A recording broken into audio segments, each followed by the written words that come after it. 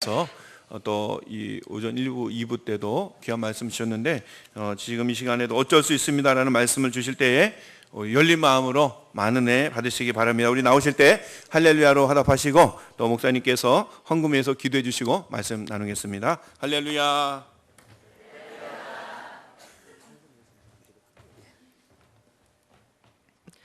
잠깐 기도하겠습니다. 사랑의 아버지 하나님, 또 귀한 헌금을 드린 귀한 손길이 있습니다.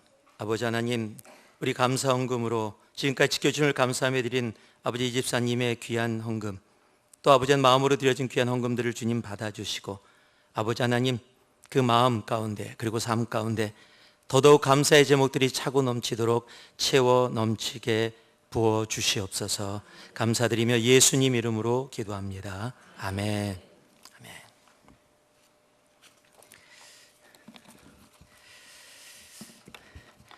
예, 아침에 서울에서 여기서 내려오느라고 아침 5시에 일어났습니다. 어저께 저녁에 2시에 잠들었었습니다. 그래서 한 3시간 정도 자고 왔더니 혹시 제가 말씀 전하다가 이상한 소리 하면 비몽사몽간에 이해해 주시고, 오늘 너무 귀하네요. 이렇게 늦은 시간까지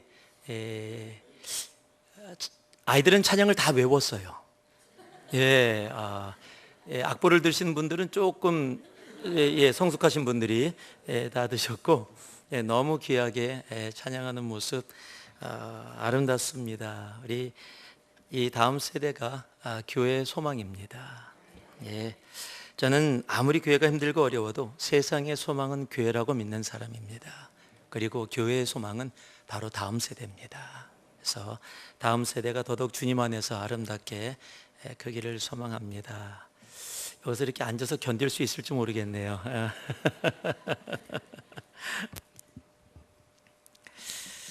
어쩔 수 없었습니다. 이 한마디가 사울 왕의 인생을 다 바꿔버렸습니다. 성경에는 부득이하여라는 말로 적혀 있습니다. 그 말을 지금의 이야기로 한다면 어쩔 수 없었다라는 겁니다. 상황이 그래서 내가 어쩔 수 없었습니다.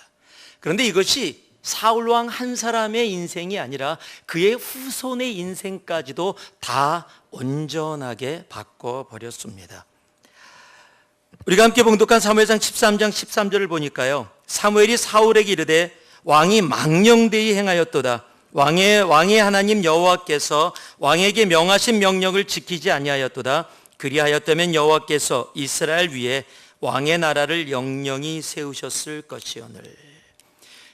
부득이하여 어쩔 수 없어서 이렇게 행했습니다라는 이런 말과 행동이 없었다면 사울 왕이 이스라엘의 왕으로 그 자손들이 영영히 섰었을 텐데, 어쩔 수 없었습니다라는 이 고백이 이루어진 이 삶의 모습 가운데 사울 왕이 하나님에게 버림을 받게 되어졌다라는 사실입니다. 원래 시작은 좋은 의도에서 시작이 됐습니다. 한 나라의 왕으로 이스라엘의 블레셋 군대가 쳐들어오는 겁니다. 그래서 이스라엘을 보호하고 방어하기 위해서 전쟁터에 나가게 되어졌습니다. 그런데 전쟁터에 나가서 전쟁을 하기 전에 하나님께서 사무엘 선지자를 통해서 뭐라 그랬냐면, 일주일을 기다려라. 그러면 내가 와서 제사 예배를 드려주게 될 것이고, 예배를 드린 후에 전쟁에 나가도록 하라 라고 명령을 했어요. 그래서 7일을 기다렸습니다. 그런데 사무엘이 나타나지 않는 거예요. 기다리다 못해서 당시의 왕으로서는 해서는 안 되는 일, 즉 제사를 자기가 주관해서 드리게 되어집니다. 참 세상 일은 재밌는데요, 제사를 드리자마자 마치자마자 사무엘이 나타납니다. 여러분, 세상 일이 그래요. 기다리다 더 이상 기다릴 수 없어 하고 나면 꼭 그때 기다렸던 일이 해결이 돼요. 여러분, 기다리려면 끝까지 기다리셔야 됩니다. 하나님께서 이루시겠다라고 하면 하나님이 이루실 때까지 기다리는 것을 인내라고 이야기합니다. 그래서 사랑은 오래 참고라고 이야기를 시작합니다. 우리가 주님을 사랑하는 마음이 있고 사랑이신 하나님을 사랑하고 있다면 우리의 인생은 끝까지 하나님이 약속하신 것이 이루어질 때까지 참는, 인내하는 인생이 되어져야 합니다. 근데 어찌됐건 간에 지금 예배를 드렸더니 사무엘이 나타나서, 여러분 지금 일주일 동안 기다리고 그 후에 오겠다고 약속한 사람은 사무엘입니다. 근데 사무엘이 약속 시간까지 오지 않은 거예요. 누가 약속을 어겼어요? 사무엘이 어겼습니다. 그러면 와서 미안하다 사울, 내가 좀 늦었다, 빨리 오려고 그랬는데 라고 사과를 해야 되는데, 그런 사과도 없이 성경은 뭐라고 이야기되어 있냐면요, 왕의 행한 것이 무엇입니까? 화를 내는 거예요. 여러분 성경을 읽을 때 우리들이 잘 읽어야 되는데 그냥 읽으면 그때 상황이 안 느껴져요. 사무엘이 이르되 왕의 행한 것이 무엇입니까? 여러분 이렇게 얘기하면요 아무 일이 안 벌어진 것 같아요. 지금 이 상황은 어떤 상황이냐면요, 사울 왕이 제사를 마치자마자 사무엘이 나타나서 왕이요 대체 무슨 짓을 한 겁니까? 왕이 행한 것이 무엇입니까? 라고 지금 역정을 내고 있는 거예요. 그 역정을 들으면서 사울도 화가 나는 거예요. 대체 내가 뭘 잘못했냐? 그래서 왕이 행한 것이 무엇입니까? 라고 물었는데 내가 왜 이 일을 행하게 되었는가로 대답을 하는 겁니다. 여러분 성경에서 하나님께서 선지자를 통해서 또는 직접 물으실 때 그 질문은 질문이 아닐 때가 많습니다. 여러분 집에 들어가면 특히 이제 아내들이 제일 싫어하는 게 있습니다. 남편들이 밖에 가서 일하고 와서 피곤하잖아요. 그러면 이런 양복, 요즘은 이제 젊은 사람들은 양복을 좀 붙는 걸 입습니다. 그런데 조금 어르신들은 붙는 것보다 편한 양복을 좋아합니다. 편한 양복은 혁띠를 풀으면 바지는 그대로 내려갑니다. 예, 주르륵 내려갑니다. 발만 빼면 편해, 아주 그대로 남아 있습니다. 피곤할 때는 우아하게 벗고 그냥 빠지면, 그리고 소파에 딱 누워서 양말을 딱 벗으면 양말은 자동적으로 돌돌돌 말리게 돼 있어요. 쫙 벗으면 돌돌 말려서 아무 데나 다 던져 놓습니다. 그러면 아내가 나갔다가 들어왔는데 양말은 저기 냄새나는 양말은 있죠, 바지는 그대로 벗어져 있죠, 우아기는 아무 데나 놓여 있죠. 그럼 화가 납니다. 그걸 보면서 아내가 이렇게 얘기하죠. 보통 여보 이게 뭐예요? 여보 이게 뭐예요? 라고 얘기할 때 남편이 그거 양복인데 그러면 난리 납니다. 그걸 양복인지 몰라서 그렇게 이야기하는 것이 아닌 거 알죠? 여보 이게 뭐예요? 라는 그 질문에는 여보 내가 몇 번이고 얘기했잖아. 당신이 이렇게 놓으면 누군가 치워야 되고 양말 돌돌 말아 놓으면 그거 냄새나는 양말 누군가 펴서 빨래통에 넣어야 되는데 왜 다른 사람 힘들게 그렇게 해요? 라는 내용이 그 속에 담겨 있는 거예요. 여러분 지금 하나님께서 사무엘을 통해서 사울 왕에게 왕이 행한 것이 무엇입니까? 하나님이 몰라서 물은 것이 아니라 당신을 왕의 자리에 있게 하신 하나님이 하나님이심을 당신은 모르십니까? 아무것도 아니었던 당신을 한 나라의 왕으로 세우시고 하나님의 나라의 백성들을 이끌게 한 그 하나님임을 당신은 알지 못하십니까? 나라를 다스리는 것이 군사의 숫자가 아니라 전쟁은 하나님께 속해 있음을 당신은 아직도 깨닫지 못하고 있는 겁니까? 라는 하나님의 마음에 그 나눔을 사울 왕에게 얘기하고 있는 겁니다. 그런데 그 이야기를 듣고서도 사울 왕은 이해하지 못했습니다. 왜냐면은요, 나름대로 이유가 있었거든요. 사울 왕은요, 적들과 싸워야 하는데 백성들이 흩어지기 시작했어요. 도망가기 시작했습니다. 군대가 적들과 싸워야 되는데 겁을 먹고 있었어요. 빨리 제사 예배 드리고 전쟁에 임해야 되는데 사무엘은 약속한 시간까지 오지 않고 있어서 내가 부득이하여, 여러분 한국말로 부득이하여라고 번역된 이 단어는, 죄송합니다 제가 미국에서 자꾸 영어를 썼어요. 설명이 좀 쉬워서 그렇습니다. 영어로 I was so compelled라고 적혀 있는데 무슨 뜻이냐면 내가 하려고 했던 것이 아니라 그 상황이 나를 그렇게 밀어붙여서 내가 할 수밖에 없는 상황이 되어졌다라는 얘기예요. 내가 하고 싶어서 한 것이 아니라, 그러나 내가 처한 현실이 나를 그 자리로 밀어서 내가 그렇게 할 수밖에 없었던 상황, 그래서 부득이하여라고 얘기한 거예요. 어쩔 수 없었다라고 이야기한 겁니다. 그리고 그 고백으로 인하여 사울 왕은 하나님께 버림을 받게 되어집니다. 여러분, 우리들의 삶 속에 역경을 만날 때가 있습니다. 아니, 부득이한 상황을 만날 수가 있어요. 그러나 여러분, 그런 상황 속에서 또 우리가 넘어지고 실패할 때도 있습니다. 그러나 분명히 우리가 알아야 할 것은요, 변명보다는 하나님은 그 실수 가운데 하나님 앞에 우리가 실수한 또는 실패한 그 모습 그대로 나올 때 은혜로우신 하나님께서 우리를 다시 붙잡아 주시고 우리를 다시 세워주신다는 사실을 우리는 기억해야 합니다. 여러분, 예수를 믿는 우리들에게 차이점이 있다면 예수를 믿는 우리는 어쩔 수 없는 상황 가운데서도 어쩔 수 있는 존재라는 겁니다. 여러분, 어쩔 수 있다라는 말이 한국말에 없는 건 저 압니다. 제가 미국에 오래 살아서 한국말 잘 몰라서 저렇게 했나 보다. 아닙니다. 여러분, 우리의 삶 속에 어쩔 수 없는 상황들이 많이 있어요. 그렇지만 여러분, 예수 믿는 게 다른 게 뭡니까? 세상 사람들도 어쩔 수 없는 상황 속에서 어쩔 수 없다라고 이야기합니다. 그러나 예수를 믿는 우리들은 십자가로 죽음을 이기신 예수가 우리의 구세주시기에 어쩔 수 없는 상황 가운데서도 어쩔 수 있는 인생을 살아갈 수 있습니다. 그래서요, 아무리 어쩔 수 없는 상황이라고 이야기한다 할지라도 우리는 어쩔 수 있습니다를 외치는 존재로 서야 합니다. 그게 예수 믿는 겁니다. 자, 한번 따라해 보실래요? 어쩔 수 있습니다. 전혀 확신이 없으신데요. 자, 어쩔 수 있습니다. 어쩔 수 있습니다.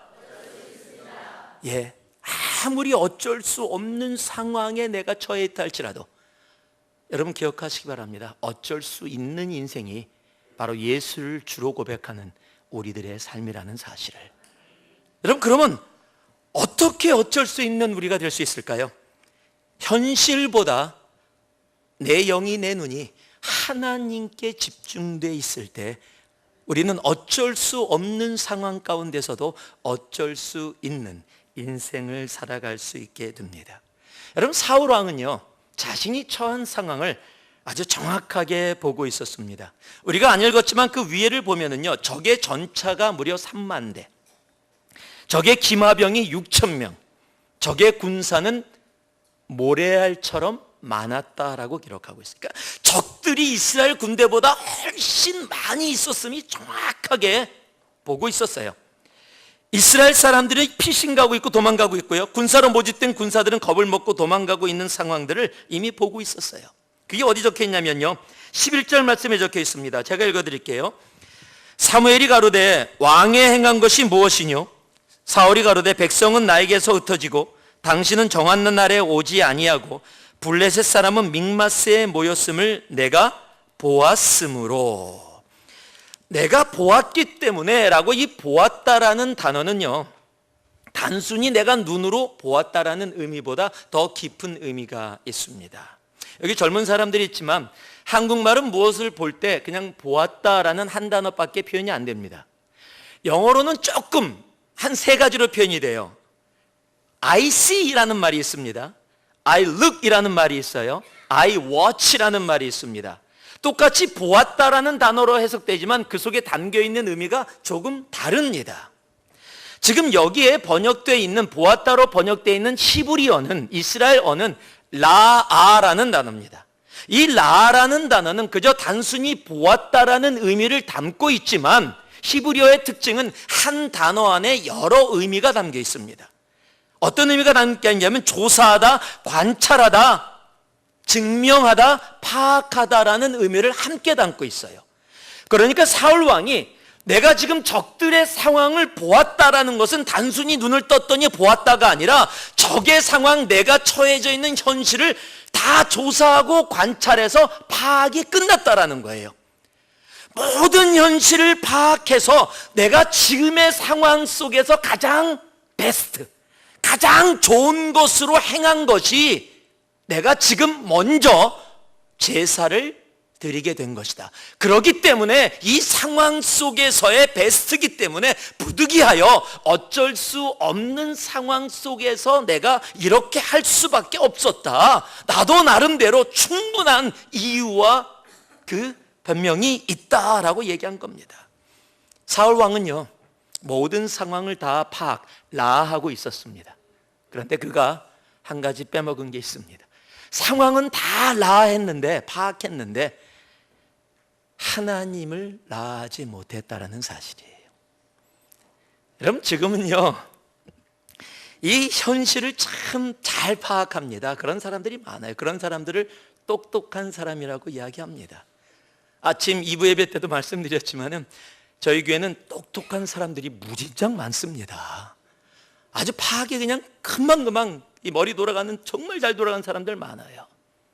그런 똑똑한 사람들을 지금은 똑똑하네, 성공하겠어 라고 이야기할지 모르겠어요. 한 청년이 있었습니다. 이 청년은 출장을 자주 다니는 그런 직업을 갖고 있었어요. 근데 청년 싱글, 즉 총각이죠. 여러분, 총각의 로망이 하나 있습니다.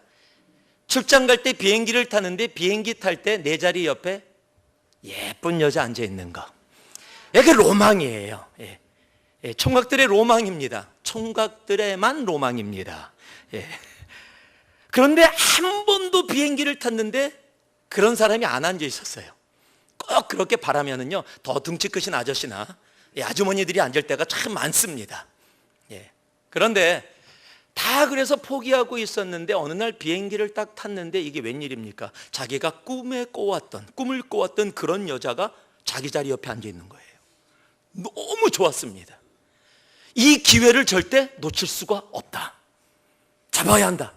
말을 계속 거는데 역시 예쁜 여자는 도도하다. 대답을 안 하는 거예요. 기껏해야 네, 아니요? 이러니까 대화가 안 돼요. 그래서 고민하다가 자기가 잘할 수 있는 거, 퀴즈를 잘하거든요. 이렇게 지금 얘기를 합니다. 우리가 원튼 원치 않든 함께 앉아있고 또 먼 길을 가기 때문에 같이 앉아가야 되는데 이렇게 하면 어떻겠습니까? 제가 당신에게 문제를 내서 당신이 그 문제를 맞히면 제가 100만 원을 드리겠습니다. 당신이 그 문제를 틀리면 저에게 1,000원만 주십시오. 당신이 문제를 내서 내가 그 문제를 맞히면 저에게 1,000원만 주시고 내가 틀리면 당신에게 100만 원을 주겠습니다. 여자가 생각해 보니까 손해날 게 별로 없어요. 자기는 이래저래 1,000원이고 받으면 이래저래 100만 원이에요. 여자가 씩 웃으면서 예, 그렇게 하지요. 남자도 좋았어요. 일단 대화가 됐으니까. 자기가 먼저 문제를 냅니다. 지구에서부터 달까지의 거리가 몇 킬로미터입니까? 여자가 질문을 듣자마자 지갑을 열더니 1,000원을 딱 남자한테 줘요. 모른다는 거지요. 신났어요. 돈도 벌고 여자하고 대화도 되고 있고. 당신이 낼 문제라고 여자한테 얘기해서 여자가 문제를 냅니다. 언덕을 올라갈 때는 다리가 3개인데 내려올 때는 4개인 것이 무엇인가요? 갑자기 당황을 했어요. 자기가 웬만한 퀴즈 문제는 다 풀어봐서 다 아는데 처음 들어보는 문제예요. 자존심이 상해버렸어요. 왜냐하면 적어도 한 20문제 정도 하고 그래봤자 1,000원 오고 가봤자 뭐 해봤자 여러 가지 해봤자 돈 별로 괜찮고 자존심이 살아야 되는데 자기가 똑똑함을 얘기해야 되는데 이거 첫 문제부터 걸렸어요. 도저히 막 비행기에서 막 인터넷을 막 찾아보고 해도 답을 모르겠는 거예요. 그래서 지갑에서 100만 원짜리 수표를 꺼냈습니다. 그걸 건네줍니다. 그러면서 물어봅니다. 대체 답이 뭐요? 그랬더니요, 여자가 100만 원짜리 수표를 지갑에다가 팍 넣어 웃으며 그러더니 1,000원짜리를 꺼내더니 남자한테 다시 줘요. 충청도 반응이 보통 이래요. 이제 집에 가실 때 기억이 나실 거예요. 뭐예요? 자기도 모른다는 거예요. 막 지금 웃으세요, 이제. 제가 한번 대전에, 제가 고향이 대전이라고 말씀드렸는데 대전에서 한번 이 예화를, 요 예화만 한번 써봤었어요. 그랬더니 한참 있다 웃으시더라고요. 그러고 나갈 때 인사를 나눴는데 한 권사님이 오시더니 목사님 그런데 답이 뭐예요? 라고 묻는 권사님이 계셨어요. 여러분 이런 젊은 여자를 세상은 똑똑하다고 얘기해요. 아마 비행기에서 내려서 친구들한테 자랑했을 거예요. 야야야 나 이상한 좀 남자애 만나서 야 나 998만 원인가? 999만 8천 원 999만 8천 원 그렇죠? 99만 8천 원. 제가 얘기했죠. 우리 교회에서 제가 제일 똑똑하지 않다고. 99만 8천 원 벌었다. 그리고 막 친구한테 자랑했을 거예요. 친구들이 야야야 그 남자 누군지 몰라. 나도 그런 남자 만났으면 좋겠다. 돈 좀 벌게. 여러분 세상은 그런 사람들을 똑똑한 사람이라고 얘기해요. 상황 파악 다 끝났어요. 어떻게 하면 내가 이익되어지는지 안 되는지를 다 알아요. 여러분 현실을 너무 잘 파악하는 것이 지금의 시대입니다. 그런데요 하나님을 나아하지 않아요. 여러분 전쟁이 우리의 능력에 달려있는 것이 아니라 하나님께 속해 있음을 우리는 성경에서 보고 듣고 알고 아멘이라고 외치면서도 현실 가운데 이 전쟁이 내 삶의 전쟁이 하나님께 속해 있음을 나아지를 않아요. 성경은 분명히 우리들에게 이야기하고 있습니다. 전쟁은 하나님께 속했다고요. 하나님이 전쟁에 관여하시면은요 우리의 현실은 어떤 상황이든 아무 상관이 없어요. 우리가 하나님을 안다면, 우리의 창조주 하나님을 안다면, 여러분 그 하나님이 우리의 삶에 역사하신다면 내 현실이 어쩔 수 없는 상황이라 할지라도 그것은 아무 상관이 안 돼요. 그것이 하나님을 아는 사람들의 모습입니다. 예수를 믿는다고 하면서 하나님을 믿는다고 하면서 언제나 하나님이 우리 하나님 되신다고 전능하신 줄 알고 이야기하면서 내 현실 속에서는 전혀 전능하지 않은 모습. 여러분 현실은 다 파악하고 있는데 그래서 이건 도저히 안 되라고 이야기하면서 하나님은 전능하시다고 얘기해요. 여러분 그건 아니지요. 어쩔 수 있는 인생은 현실보다 하나님을 아는 사람이에요. 역대하 20장에 보면은 그 전쟁이 하나님께 속했음을 우리가 알 수 있는 그런 내용이 적혀 있습니다. 모압과 암몬의 연합군이 남유다를 공격합니다. 그때 왕이 여호사밧이라는 왕입니다. 이 모압과 암몬의 족속의 숫자가 너무 많아서 도저히 이스라엘이 이길 수 없는 상황이에요. 그랬더니 여호사밧 왕이 뭐라고 하냐면 모든 이스라엘 백성들에게 금식을 선포하고 낫을 하나님께 향했다. 즉 하나님을 나아했다. 하나님을 바라보았다라고 기록하고 있어요. 역대하 20장 15절을 보면은요 이런 말씀이 적혀 있습니다. 여호와께서 너에게 말씀하시기를 이 큰 무리로 인하여 두려워하거나 놀라지 말라. 이 전쟁이 너에게 속한 것이 아니요 하나님께 속한 것이니라. 자, 하나님이 뭐라고 얘기하고 있냐면요 이 큰 무리로 인하여 놀라지 말라. 이 얘기는 뭐예요? 큰 무리라는 거예요. 이스라엘이 감당할 수 없을 만큼의 적의 숫자가 이스라엘을 멸망시키기 위해서 다가오고 있다는 거예요. 그런데 이 큰 무리로 인하여 놀라지 말라. 뭐라고요? 이 전쟁이 누구에게 속했다? 하나님께 속했다. 그러면서 역대하 20장 17절에 이 전쟁에는 너희가 싸울 것이 없나니 항오를 이루고 서서 너희와 함께한 여호와가 구원하는 것을 보라. 근데 이 보라가 똑같이 사무엘상에 적혀있는 라아라는 단어예요. 자, 그러면서 이 전쟁에서 너희가 싸울 것이 없다라고 얘기하면서 하나님이 그들에게 명령을 하나 합니다. 그 명령이 뭐냐면 찬양대가 가장 앞장서서 자기네를 죽이러 오는 적들을 향해서 나아가라는 거예요. 여러분, 지금 적들이 죽이려고 다가오고 있는데 무기를 가지고 나가서 싸워도 이길 수 없는 전쟁인데 그들 앞에 무기 없이 하나님을 찬양하면서 나가라는 거예요. 그 얘기는 뭐예요? 자살 특공대입니다. 죽으라는 얘기예요. 여러분 그런데 이스라엘 백성이 그것을 순종합니다. 그랬더니 역대하 20장 20절에 그 노래와 찬송이 시작될 때 여호와께서 복병을 두어 유다를 치러 온 암몬 자손과 모압과 세일산 사람을 치게 하심으로 저희가 패하였으니 누가 이겼어요? 이스라엘이 이깁니다. 여러분, 현실은요 어쩔 수 없는 상황들이 많아요.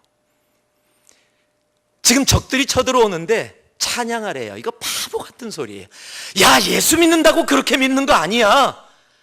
예수 믿는 것도 세상 살아가면서 적당히 믿어야지 그렇게 믿는 거 아니야. 야, 그거는 죽으러 가라는 건데 그건 아니야 라고 이야기할지 몰라요. 그런데 하나님을 나아하는 사람은요, 하나님을 온전히 바라보는 사람은 여러분 그 상황 속에서도, 이해가 되지 않는 상황 속에서도 하나님의 그 말씀에 순종합니다. 1980년대 말 90년대 초에 중국이 열렸습니다. 닫혀있던 공산 중국이 열려서 많은 분들이 특히 미국에서 그곳에 중국에 있는 크리스찬들을 만나러 가셨어요. 크리스찬들 목사님들을 많이 만났는데 목사님들이 대부분 목사라는 타이틀로 교회를 섬기고 있는데도 신학교를 나오지 않는 분들이에요. 그냥 열심히 신앙생활 하시는 분들. 그래서 그분들에게 많은 성경의 지식을 나눠드리기 위해서 많은 목사님들이 가서 가르쳤었습니다. 저도 여러 번 가서 함께 했던 시간들을 기억합니다. 그런데 한 목사님이 그곳에 가서 했던 이야기를 제가 들었습니다. 그곳에 사람들이 모여 있는데 너무 열심히 해요.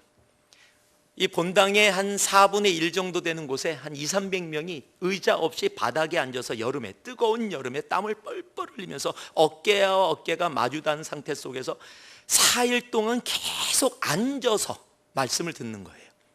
그 열심이 너무 귀해서 목사님도 열심히 말씀을 전했습니다. 그런 마지막 날이 되니까 목사님이 좀 피곤해지셨어요. 그래서 강의를 하시다가 우리 30분만 좀 쉬었으면 좋겠습니다. 여러분들도 잠깐만 바람 쐬고 오시지요 라고 해서 자리로 내려가는데 쉴 줄 알았는데 갑자기 앞에 있었던 한 사람이 쭉 나오더니 기타를 탁 매더래요. 우리 이 30분 쉬지 말고 같이 찬송합시다. 아이고, 저 정말 뜨겁다. 근데 찬송을 하는데 중국 찬송은 어떠냐면요, 저희들이 보통 예배가 좀 길어지고 그래서 생각보다 길어진 다음에 목사님이 말씀을 마쳤어요. 그러면 성도들이 아유 이제 끝나나 보다. 자, 우리 마지막 찬송하고 오늘 예배 마무리하겠습니다. 그래서 찬송을 딱 열었더니 5절짜리야. 그럼 화납니다. 짧은 찬송도 많은데 굳이 긴 곡 올라갔고. 그런데 중국 찬송은 은혜를 받으면 계속 가사를 붙입니다. 그 찬송이 135절짜리 찬송이에요. 그러니까 가사를 계속 붙여서 찬송은, 찬송가는 리듬이 간단합니다. 그래서 이렇게 반복되는 의미예요. 그런데 그런 찬송으로 135절을 부르네. 30분이 정도 지나서 이제 끝났다고 생각해서 목사님이 나오는데 아직도 뜨겁게 눈물을 흘리면서 찬양을 하고 있는 거예요. 그 모습을 보니까 너무 감동을 받아서 옆에서 같이 기다리고 있었습니다. 이제 마지막 절을 부르고 135절을 다 끝났더니 1시간 15분. 찬송 하나 불렀는데 1시간 15분 지난 거예요. 그래서 이제 강의하시려고 다시 올라가려고 그러는데 아마 찬양 인도했던 분이 은혜를 받았나 봐요. 우리 이 찬송 다시 한번 합시다. 만약에 찬양 인도자가 오늘 그렇게 했다면 아마 내일 바로 당회에 연락하지 않을까 생각합니다. 찬양 인도자 좀 너무 눈치가 없다. 좀 바꿔야 되겠다. 경고 줘라. 예배 시간은 정해져 있는데. 여러분, 중국 땅의 그분들, 우리가 생각하기에는 너무 말도 안 되고 그렇게 해서 예수 믿는 걸까라고 하는 그분들이, 여러분 중국 땅에 지금 엄청난 지금도 핍박으로, 지금도 교회 십자가 다 무너뜨리고 선교사 쫓아내고 그들에게 복음 나누지 못하도록 핍박 속에서도 복음을 들고 신앙을 지키고 있는 사람들이 지금도 중국 땅에 차고 넘친다는 사실을 우리는 기억해야 합니다. 여러분, 우리가 눈을 들어 하나님을 바라볼 수 있어야 합니다. 하나님을 바라볼 때 하나님은 그곳에서 어쩔 수 없는 상황 속에서 어쩔 수 있는 인생으로 우리들을 온전히 바꾸어 주십니다. 제가 경험했던 한 얘기만 하고 말씀을 마무리하도록 하겠습니다. 오늘은 세 포인트인데 한 포인트만 오후 시간에는 하고 마무리해야 될 것 같습니다. 제가 청년들 사역을 많이 했다고 말씀을 드렸습니다. 그래서 청년들 사역을 하다 보니까 결혼 주례를 많이 하게 됐습니다.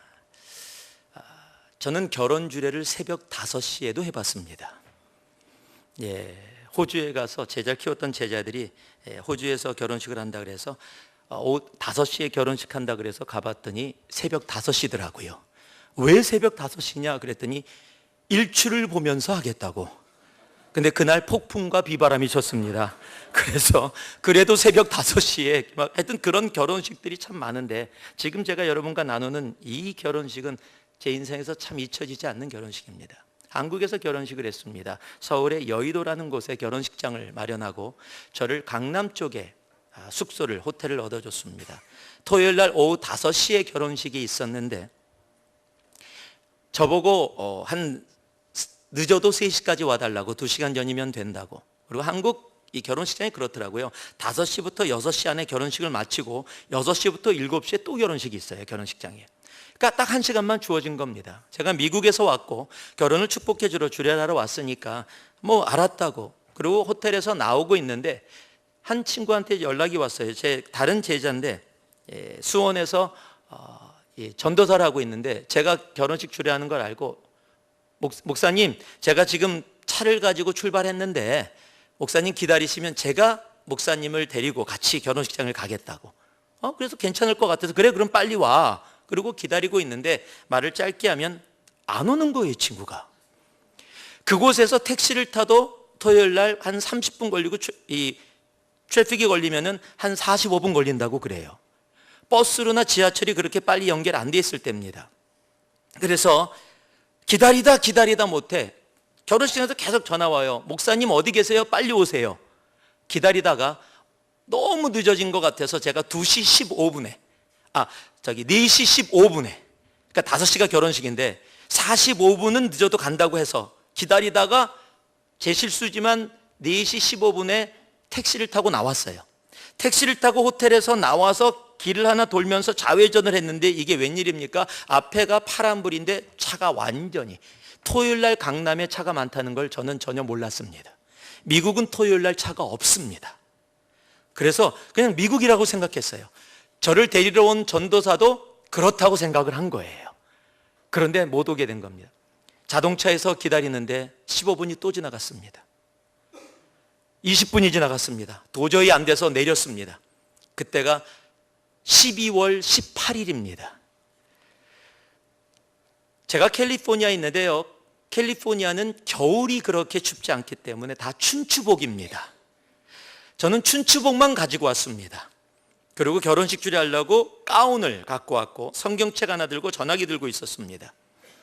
지금 결혼식장에선 신랑과 신부가 계속, 지금 주례 목사가 안 나타나니까 30분밖에 안 남았는데 안 나타나니까 계속 전화 오고, 저는 알았어 가고 있어 라고 얘기하면서 택시에서 내려서 강변도로를 향해서 뛰기 시작했습니다. 거기서 택시를 다시 만났어요. 한국 택시가 총알택시라는 별명이 있잖아요. 그래서 제가, 아저씨 제가 몇 배로 더 드릴 테니까 여의도까지 빨리 가주세요 하고 했는데 다시 탔는데 아무리 총알택시라도 길이 막혀 있으니까 못 움직이더라고요. 결혼식이 5시인데 4시 45분이 됐습니다. 이제는 헬리콥터 아니면 도저히 제 시간에 갈 수 없는 상황이 돼버렸어요. 쉽게 얘기하면 결혼식 주례가 뭡니까? 지금 청년, 새롭게 시작하는 청년들에게 축복을 해주러 왔는데 저주를 하게 됐어요, 지금. 여러분, 주례 목사가 안 나타나면 주례 결혼식 못하고, 결혼식 못하면 다음 시간에 뭐 할 수 있으면 되는데 이게 이미 다음 시간에 다 사람들이 있으니까 결혼 하객들이 왔는데 아무것도 못하게 되는 거예요. 맨 처음에는 목사님 어디세요? 라고 편하게 하던 신랑의 목소리가 시간이 지나면서 막 짜증과 화가 섞인 목소리가 막 전화로 와요. 제가요 얼마나 당황을 했는지 몰라요. 미국에서 주례하러 와서, 축복해 주러 와서 이 친구 결혼 시작서부터 완전히 그냥 거의 저주하는 상황이 돼버렸어요. 제가 막 강변도를 향해서 뛰기 시작했어요. 다시 하나님, 이게 꿈인가요? 내가 미국에서 주례하러 와서 대체 이게 뭐지요? 시간은 15분밖에 안 남았고 이거는 뭐 갈 수 있는 방향은 없고 제가 막 뺨도 때렸다니까요. 꿈인 줄 알고. 근데 너무 아파요. 꿈이 아니에요. 그런데 그렇게 막 울면서 막 정말 제가요 다른 사람의 결혼식을 위해서 눈물 콧물 흘리면서 기도해 본 적이 없어요. 막 눈물 콧물이 자동으로 나오더라고요. 간절하게 하나님 이 일을 어떡합니까? 주님께서 이 일 해결해 주세요. 그리고 뛰어가는데 이게 웬일입니까? 바로 앞에 한 청년이 보이는 거예요. 오토바이를 타고 스즈키라고 딱 붙어 있었어요. 제가 보통 때 같으면 안 다갈 텐데 다가갔습니다. 정년 내가 목사인데 5시에 여의도에서 결혼식 주례가 있는데 지금 4시 45분이다. 15분밖에 안 남았는데 내가 거기까지 가야 된다. 내가 사례를 할 타니까 나를 좀 태워다오 거기까지. 근데 청년이 저를 아래 위로 훑어봐요. 뭐 그래도 양복 입고 목사래니까 저보고 타세요 그러더라고요. 얼마나 감사하든지 뒤에 탔습니다. 타갖고 자기는 가죽 잠바를 탁 하더니 쫙 올리더라고요. 가죽 장갑 끼고 헬멧을 딱 썼어요. 그래서 나도 혹시 헬멧이라도 있냐고 그랬더니 없대요. 저는 뒤에서 롭을 가지고, 그러니까 가운을 가지고 그 친구 허리를 딱 잡았어요. 이쪽에는 전화기 붙잡고 있었어요. 지금 신랑 신부가 난리가 났어요. 전화 오느라고. 그러니 어디라 그랬죠? 그러니 부릉 하더니 붕 하고 떠나는데요. 얼마나 빨리 가냐면 정말 버스가 가는데 그 사이로 최소의 속도로 요렇게 하면 버스 만져요 지금. 제가 그런 거 처음 타봤어요. 그냥 완전히 빠른 속도로 막 달려가면서 드디어 강변도로로 나왔어요. 강변도로에서 막 있는 빠른 속도로 달리는 거예요. 강변도로를 달리고 있습니다. 12월 18일 날. 무슨 얘기하는지 아시겠죠 지금? 전 춘추복 입고 있어요. 바람이 양복 안으로 들어오는데 다리가 혼자 돌아요 막. 제가 그때 콘택트 렌즈를 끼고 있었습니다. 그런데 바람이 오니까 막 눈이 말라갖고 앞이 안 보여요. 머리는 이미 완전히 날랐습니다. 얼굴은 빨개졌죠. 손이 얼었는데 이걸 뛸 수가 없잖아요. 지금 얘를 잡고 있는데 생명줄인데 지금. 그런데 전화가 울렸어요. 신랑 신부예요. 그래서 받았습니다. 얘기를 하려고 그러는데 여기서 목사님 대체 어디세요? 이미 열 받을 대로 받았습니다. 얘기를 하려고 그러는데 턱이 얼어서 말이 안 나와요. 그래서 제가 그랬습니다. 야, 나 말 못해. 그리고 끊어버렸어요. 그러고서 달려가서 결혼식장 앞에 딱 섰습니다. 몇 시 같아요? 4시 59분. 진짜입니다. 내렸어요. 내려서 제가 살해하겠다니까 그 청년이 아니라고 빨리 들어가라고. 보통 때 같으면 연락처라도 받을 텐데 지금 그럴 여유가 없었습니다. 고맙다고 인사하고 달려 들어갔어요. 저는 그 사람이 정말 하나님이 보내주신 천사라고 생각을 해요. 딱 달려 들어갔더니요, 신랑 신부가 바로 앞에서 하얘갖고 서 있어요. 저를 딱 보더니 더 놀래, 더 하얘졌어요. 머리는 완전히 이렇게 돼 있죠. 얼굴 빨갛지요. 뭐 완전히 막 이상한 모습으로 지금 주례 목자가 들어서니까 제가 나중에 설명하겠다 그러고 화장실 가서 대충 정리했더니 거긴 또 이렇게 인도하는 분들이 계시더라고요. 주례 목사님이에요. 그렇다니까 따라 들어오래요. 뒤쪽으로 돌아서 이런 강대상 앞에 섰습니다. 사람들은 모르지요. 저도 모른 척하고 이제 결혼식을 시작하겠습니다. 그리고 넉넉하게 하고 결혼식을 다 마쳤어요. 끝나고서 신랑 신부하고 나눴더니 웃으면서 막 정말 그런 일이 있었냐 그러면서 막 같이 함께 기뻐하고 즐거워했습니다. 모든 것이 잘 아름답게 마무리됐어요.